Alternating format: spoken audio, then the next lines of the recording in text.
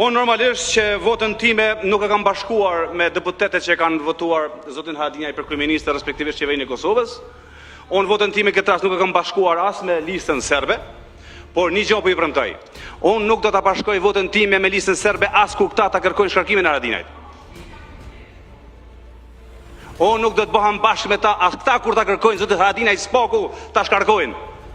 Prap do t'i dalë në krah zotit Haradinaj, po jo përballë Parlamentit të Kosovës, jo përballë qytetarëve të Kosovës, përballë Serbisë. Kjo qeveri po duket që ka një bazë të gjerë, por një të ardhmë të shkurtër, për shkak se ndoshta baza e gjerë është subjektet politike që janë të, po ardhmja është shumë e shkurtër, për shkak se është e varur mbi ata që nuk e duan as Haradinajin, as Kosovën, as Parlamentin e as institucionet e Kosovës, siç është lista serbe.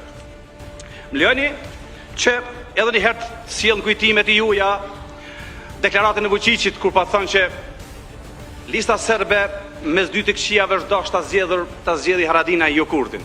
Ju kujtohet besoj kjo. Të dyve na pon të këqij.